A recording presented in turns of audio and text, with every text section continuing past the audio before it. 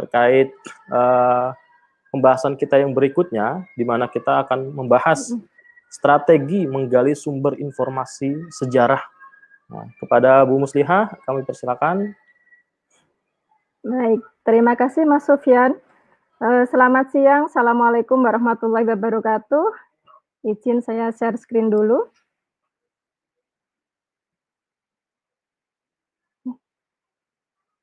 Kok kayak gini? Beda lagi. Ya, kami akan mencoba sharing pengalaman ketika dalam sebuah proses produksi film dokumenter, khususnya film dokumenter sejarah, pasti ada isi atau konten yang harus disajikan. Nah, di sini saya akan sharing pengalaman bagaimana berburu, bagaimana menggali informasi sejarah yang nantinya informasi itu dapat dirangkai atau dapat disusun menjadi sebuah film dokumenter. Bapak Ibu peserta webinar yang saya hormati, nah, dalam menggali isi dokumenter sejarah atau berburu informasi sejarah, berdasarkan pengalaman ternyata ini tidak jauh berbeda dengan ketika seorang peneliti melakukan penelitian sejarah. Kalau kita mungkin belajar tentang metodologi sejarah gitu ya, ternyata di dalam proses riset untuk sebuah dokumenter sejarah, ada tahapan-tahapan yang harus dilalui. Pertama, mengumpulkan materi sejarah. Setelah materi itu kita dapatkan, kita harus menguji kebenaran dari informasi itu. Ya, jadi kita tidak hanya menggunakan informasi tunggal, tetapi kita juga melakukan kritik sumber, menguji bahwa informasi yang kita dapatkan ini apakah betul atau tidak.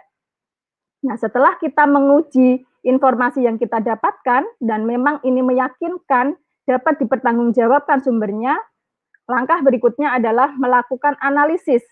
Nah, di sini kita akan menganalisis, kemudian mencari poin-poin informasi penting apa yang akan disajikan. Kalau kita sudah ketemu poin-poin penting, informasi-informasi kunci yang akan disajikan, berikutnya adalah kita menyajikan informasi tersebut. Dalam hal ini, kita akan menyajikan dalam bentuk film dokumenter sejarah. Nah, nanti teknisnya seperti apa, mengolah isi informasi itu menjadi sebuah film dokumenter akan disampaikan oleh Mas Rizky. Nah, dari mana saja kita bisa mendapatkan informasi sejarah? Tentu kita harus berburu pada sumbernya. Nah, berdasarkan pengalaman, sumber-sumber yang kami dapatkan ketika berburu, ketika mencari informasi yang akan dirangkai atau akan disusun dalam film dokumenter sejarah ini, kita bisa mengambilnya dari arsip, kemudian kita juga bisa mengambilnya dari pelaku atau saksi sejarah, bisa dari artefak atau benda-benda terkait dengan sejarah tersebut, kemudian juga dengan situs atau tempat di mana peristiwa sejarah itu terjadi. Kemudian kita juga bisa minta pandangan dari pakar sejarah yang memang menguasai topik yang akan kita buat film tersebut. Kita juga bisa memperkaya informasi itu melalui buku atau publikasi media. Nah, di sini Bapak Ibu bisa menggunakan berbagai media online ya untuk mencari sumber-sumber informasi, baik berupa tulisan, gambar, maupun video. Bagaimana cara menangkapnya? Nah, ini yang sedikit berbeda ketika misalnya di dalam riset film dokumenter ada sedikit perbedaan dengan riset seorang sejarawan misalnya, yang di situ mungkin akan disajikan dalam bentuk tulisan. Nah, ketika di dalam riset atau mencari informasi untuk sebuah dokumenter, yang perlu diingat bahwa yang kita tangkap itu bukan hanya informasinya saja, tetapi harus ada visual dan audionya. Biasanya kalau kita riset untuk tulisan, mungkin cukup kita note, kita catat, itu sudah cukup, tetapi di dalam sebuah dokumenter tidak cukup sampai di situ, kita harus bisa mendapatkan visualnya yang bagus, sehingga di sini yang namanya kamera itu menjadi alat utama untuk menangkap atau berburu informasi itu, dan juga audionya. Nah, program-program yang bisa dilakukan untuk menggali informasi, pertama kita bisa melakukan riset arsip, ya, kemudian oral history, melacak artefak atau situs, melakukan wawancara dan minta pendapat para pakar atau ahli terkait hal yang sedang kita angkat isunya, kemudian juga melakukan studi buku, majalah, atau media. Nah, terkait dengan riset arsip, di sini arsip sebagai sumber primer ya, ini bisa kita gunakan untuk melihat sumber-sumber sejarah ya. Tentu banyak sekali informasi-informasi penting bersejarah yang terekam dalam arsip. Nah, di sini arsip ini juga bisa kita gunakan untuk melakukan kritik sumber, untuk saling menguji informasi-informasi yang kita dapatkan. Ini benar enggak? Apakah ini sebatas cerita atau sungguh peristiwa yang pernah terjadi? Di manakah kita harus melakukan riset arsip? Nah, berhubung di sini mungkin banyak para peneliti, banyak para guru sejarah yang mulai tertarik untuk, oh, saya juga ingin mencoba membuat video sendiri terkait sejarah. Kemana harus mencari informasi?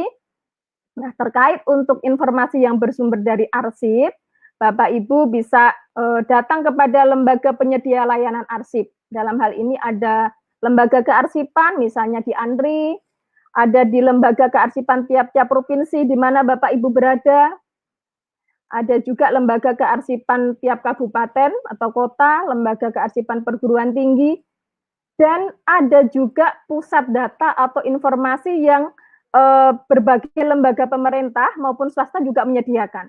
Artinya layanan arsip itu bukan hanya semata-mata ada di lembaga kearsipan, terkadang ada juga pusat-pusat informasi maupun swasta yang mereka juga menyediakan sumber-sumber informasi itu. Di dalam melakukan riset arsip atau penelusuran arsip, ada hal-hal yang perlu diperhatikan. Tidak mudah, karena memang mencari informasi ini tidak serta-merta kita bertanya langsung dijawab. Ini seperti main peta umpet, seperti detektif, bagaimana kita harus membongkar peristiwa, contoh seperti film Wahidin ini ya, kita membongkar informasi yang terjadinya itu ratusan tahun silam. Nah, bagaimana cara kita mencarinya? Pertama, petakan dulu informasi dasar dan informasi pendukung yang mau dicari apa. Kita harus paham mau mencari apa. Kalau kita tidak tahu ingin fokus mencari apa, kita seperti orang yang tenggelam di tengah lautan informasi nanti. Kemudian kita harus paham periodisasi waktu, kapan peristiwa ini terjadi. Kita mau mencari informasi yang rentang waktu kapan. Ya, kita harus tahu, oh, peristiwa tahun 60 atau peristiwa tahun 30-an, kita harus paham. Kemudian pencipta arsipnya siapa? Kira-kira kalau peristiwa ini yang memiliki arsip itu siapa? Sehingga kita tidak salah mengetuk pintu. Misalnya, oh ini peristiwa di tingkat nasional, kita carinya di lembaga kearsipan daerah, mungkin tidak ketemu.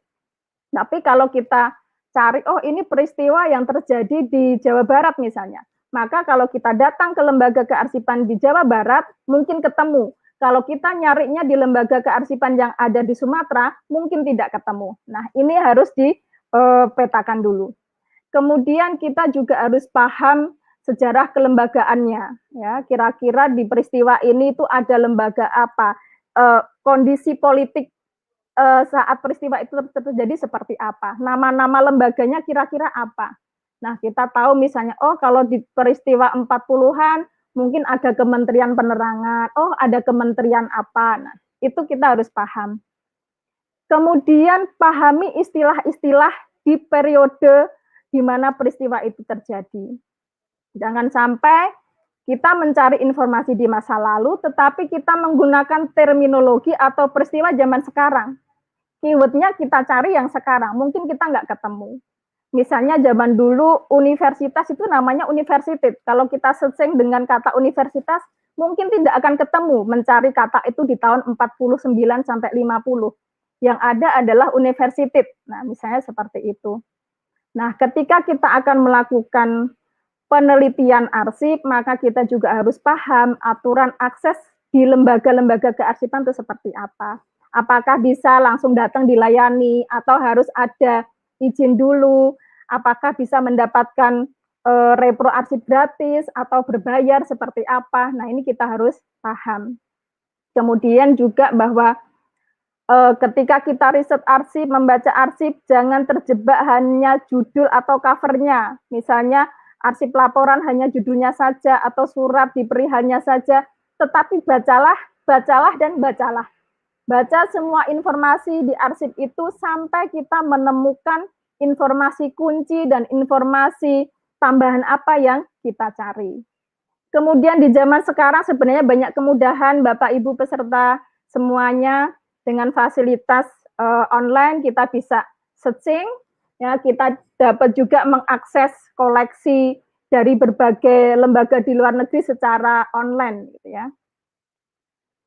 Nah, setelah kita mendapatkan sumber informasi tadi, perlu kita melakukan kritik sumber, sama dengan metodologi sejarah, bahwa ketika kita mendapatkan sebuah arsip, kita juga perlu mengkritik ya, atau menguji bahwa ini benar apa enggak. Gitu ya. Pertama, kita kritik secara internal, misalnya, oh arsip ini sebenarnya asli apa tidak, jangan-jangan ini tidak bisa dipercaya, oh ini hanya draft, oh ini ternyata bukan terbitan yang resmi, misalnya gitu ya. Otentik apa tidak, bahasanya seperti itu.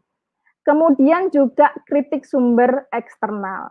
Kita menguji bahwa informasi di dalam arsip ini betul apa tidak. Meskipun saya sebagai orang yang bekerjanya juga di bidang kearsipan misalnya, berdasarkan pengalaman bahwa tidak serta-merta 100% apa yang ada di dalam arsip itu adalah menjadi sebuah kebenaran. Sekarang coba kita terapkan seperti ini. Di zaman sekarang pun ada sebuah dokumen misalnya, meskipun ini sebuah dokumen negara yang di-share kepada publik, apakah isi yang di situ semuanya apakah betul? Terkadang isi pun bisa di-framing gitu ya. Nah, kita perlu menguji kebenaran-kebenaran itu. Kita perlu melengkapinya dengan sumber-sumber informasi yang lain. Di antaranya, kita bisa mengujinya dengan, oh di arsip dijelaskan seperti ini peristiwanya. Bagaimana media memberitakannya? Nah, media bisa melalui koran, bisa melalui majalah, ada juga ditulis oleh pelaku sejarah, saksi sejarah, atau pakar di dalam sebuah buku. Jadi kita bisa mengkomparnya. Kemana kita bisa melakukan riset buku atau media atau majalah? Bapak Ibu bisa berkunjung ke perpustakaan. Beberapa lembaga kearsipan juga punya perpustakaan yang di situ menyediakan berbagai referensi, museum, lembaga-lembaga kajian, juga lembaga-lembaga penyedia informasi. Bukan hanya di pemerintah, tetapi juga banyak lembaga-lembaga penyedia informasi non-pemerintah. Berikutnya, kita bisa menggali informasi dengan program oral history. Wawancara, sejarah lisan. Nah, ini kita bisa menggali informasi lebih dalam dari para pelaku atau saksi sejarah. Nah, di dalam oral history ini, kita bisa menggali informasi masa lalu. Misalnya, yang sangat jauh sekali di tahun 50-an atau 40-an. Tetapi sebagai sebuah proses pendokumentian sejarah, sebenarnya kita juga bisa merekam sumber-sumber informasi, pandangan-pandangan sejarah dari masa kini. Ya, bisa mengcompare misalnya peristiwa zaman dulu dengan zaman sekarang. Maka kita bisa melakukan oral history dengan orang-orang narasumber yang terlibat di masa lalu, bisa juga dengan orang-orang atau narasumber yang terlibat di masa kini. Bagaimana persiapan yang harus kita lakukan ketika akan melakukan sebuah oral history atau wawancara secara lisan? Pertama, tentukan dulu topiknya. Kita mau menggali informasi apa dari narasumber. Kalau kita sudah tahu, oh saya mau cari misalnya sejarah pendidikan di tahun 50-an seperti apa. Oke, kemudian kita mulai mengumpulkan materi-materi informasi terkait. Nah, mengumpulkan materi dengan banyak cara tadi. Kita bisa lewat arsip, mau lewat media, mau lewat buku, gitu ya. Kemudian tentukan poin-poinnya setelah itu merumuskan, oh kalau seperti ini, narasumber siapa yang tepat yang kita gali informasinya. Sudah menentukan, oh ini narasumbernya kita cari pelakunya, atau pelaku di bidang apa, di bidang pendidikannya, sebagai gurunya kah, sebagai siswa yang sekolah di zaman dulu misalnya. Setelah itu kita melacak ya, kira-kira siapa narasumbernya, sampai kita menemukan kontaknya misalnya. Setelah kita dapat kontaknya, kita menghubunginya, dan jangan lupa lakukan pendekatan kepada narasumber. Poin 6 ini menjadi kunci, bahwa tidak selalu mulus ketika kita melakukan pendekatan kepada narasumber. Ya, kadang ada yang bersedia, kadang ada yang tidak, kadang ada yang mau berbagi informasi secara apa adanya, diberikan semuanya, ada yang juga tidak mau terbuka terhadap kita sebagai pewawancara. Supaya proses wawancara berjalan dengan lancar, tidak ada informasi yang terlewat, maka sangat penting kita menyusun dulu daftar pertanyaan yang akan kita ajukan. Terkadang daftar pertanyaan ini bisa kita kirimkan dulu beberapa hari sebelum proses wawancara, sehingga narasumber sudah bisa persiapan, oh saya mau ditanya apa, maka beliau bisa membongkar ingatannya, beliau bisa menyiapkan materi-materi itu. Dan kalau beruntung, niat kita hanya ingin wawancara, tiba-tiba kita bisa mendapatkan bukan hanya hasil wawancara, bisa juga ternyata beliau punya foto, bisa juga beliau punya surat-surat, bisa juga punya buku, atau punya benda-benda yang terkait dengan peristiwa yang mau kita kaji. Saya beberapa kali justru mendapatkan bonus seperti itu. Atur jadwal wawancara dengan baik, sesuaikan dengan narasumbernya. Dalam hal ini biasanya posisi kita yang mengalah, kita yang mengikuti kapanpun beliau yang menentukan waktunya. Biasanya kalau dokumenter sejarah, banyak peristiwa, banyak pelaku sejarah atau saksi sejarahnya ini adalah beliau-beliau yang sudah sepuh gitu, biasanya kami menghindari jam-jam siang di saat beliau harus istirahat. Biasanya kita akan lebih mengambil waktu pagi hari, biasanya seperti itu. Jadi kita menyesuaikan juga dengan kondisi narasumber. Setelah menentukan jadwal wawancara, tempat wawancara ini menjadi penting. Nah, perbedaan ketika kita wawancara untuk sebuah tulisan dengan wawancara untuk sebuah film itu sangat jauh sekali. Pengalaman saya dulu ketika saya wawancara untuk sebuah tulisan, saya cukup bermodal HP atau recorder, dimanapun beliau duduk, yang penting informasinya saya dapatkan, saya rekam. Tetapi untuk sebuah proses pembuatan film, tidak cukup hanya itu. Tempat wawancara ini menjadi satu kesatuan dengan nanti penyajian sebuah film. Kadang ada yang tempat wawancara ini harus bisa menggambarkan kedudukan narasumber itu seperti apa. Oh, ini beliau misalnya di rumahnya ada benda-benda atau sesuatu yang menunjukkan peristiwa itu. Kadang wawancaranya dengan background benda-benda tersebut. Atau bisa juga beliau proses wawancaranya itu dibawa ke lokasinya misalnya. Nah, ini sangat menentukan nanti film mau seperti apa. Biasanya sutradara lah yang akan menentukan di mana tempat wawancara akan dilakukan. Sudah siap semuanya? Berikutnya adalah proses wawancara. Nah, pada saat proses wawancara, sebelum kita melemparkan pertanyaan, misalnya tim kameramen atau videografer, setting alat-alat, kita selaku reporter atau pewawancara bisa ngobrol-ngobrol sifatnya informal, mencoba membangun kedekatan dengan narasumber. Jadi pada saat wawancara inti nanti sudah terbangun chemistry, sudah dekat sehingga prosesnya mengalir ya. Jadi tidak kaku, jadi beliau itu bisa mengeluarkan semua informasi yang dimiliki. Setelah proses wawancara, ini penting kita untuk melakukan transkrip ya. Jadi suara yang terdengar pada saat wawancara tadi kita transkrip, kita pindah ke dalam bentuk tulisan ya. Semuanya. Jadi tidak kita pilihi di poin-poin tertentu, tetapi semua suara, semua percakapan di dalam proses wawancara tadi kita transkrip semuanya. Setelah proses transkrip, kita bisa mengolah hasil transkrip, kita kasih catatan, poin-poin pentingnya apa. Nah, setelah proses transkrip kita bisa membandingkan list pertanyaan dengan hasil transkrip. Apakah semua pertanyaan yang kita cari tadi sudah terjawab apa belum? Atau jangan-jangan ada informasi yang lebih penting yang tidak ada di pertanyaan kita tetapi disampaikan oleh narasumber. Justru ini mungkin akhirnya bisa memperkaya konten film yang akan dibuat berikutnya. Proses terakhir sama, semuanya perlu validasi informasi. Apalagi jika kita wawancara dengan pelaku sejarah atau saksi sejarah yang usianya sudah sepuh, ingatan-ingatannya mungkin ada beberapa hal yang lupa, terutama soal-soal informasi angka atau tahun, kita perlu cross-check. Ya, apakah betul? Cross-check-nya dengan apa? Mungkin bisa dengan sumber arsip atau buku. Nah, dalam memilih narasumber, biasanya kami berjenjang.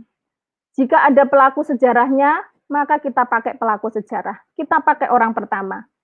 Jika peristiwa sudah terlampau lama, tidak mungkin pelaku sejarahnya ada, maka kita cari saksi sejarah. Kalau saksi sejarah juga tidak ada, maka kita bisa minta tolong pakar sejarah atau orang yang memang concern dalam penelitian di peristiwa itu.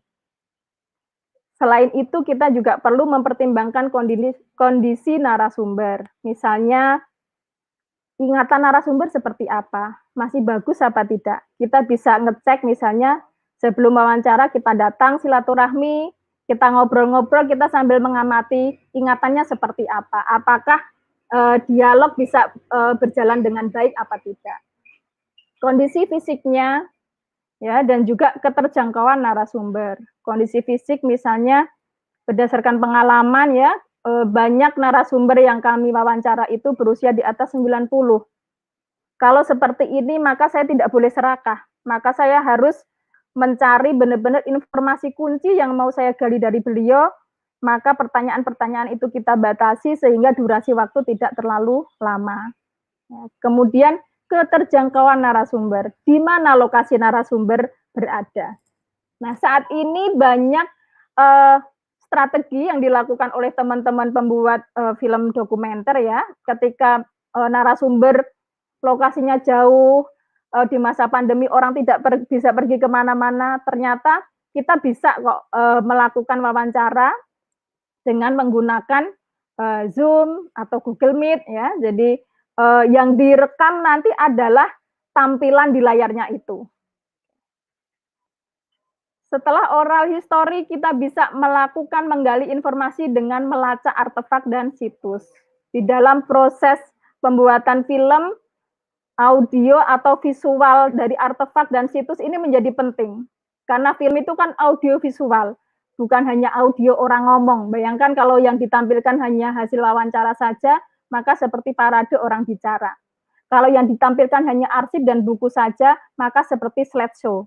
Maka situs dan artefak ini penting untuk melengkapi tampilan gambar di dalam sebuah film. Selain juga kita untuk menguji dan membuktikan bahwa peristiwa ini memang betul dan ini adalah bukti-bukti sejarahnya.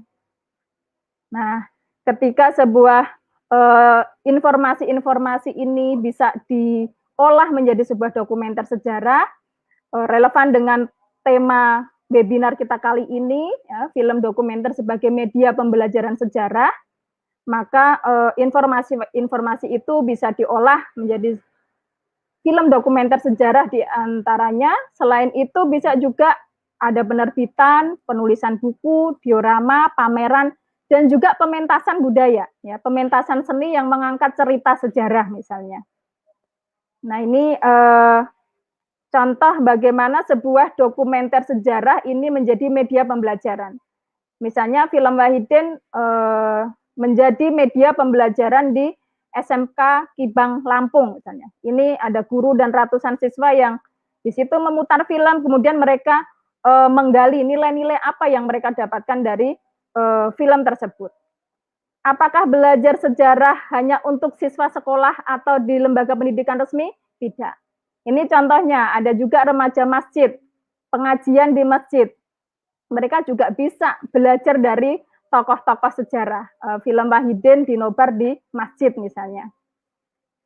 Secara luas, film Wahidin juga bekerja sama dengan Aksi di tahun 2020 kemarin, juga bekerja sama dengan Rempah.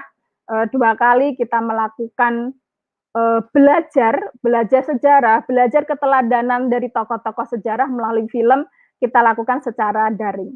Demikian Bapak Ibu yang dapat saya sampaikan terkait dengan bagaimana strategi menggali atau berburu informasi sejarah yang akan diolah menjadi sebuah dokumenter sejarah.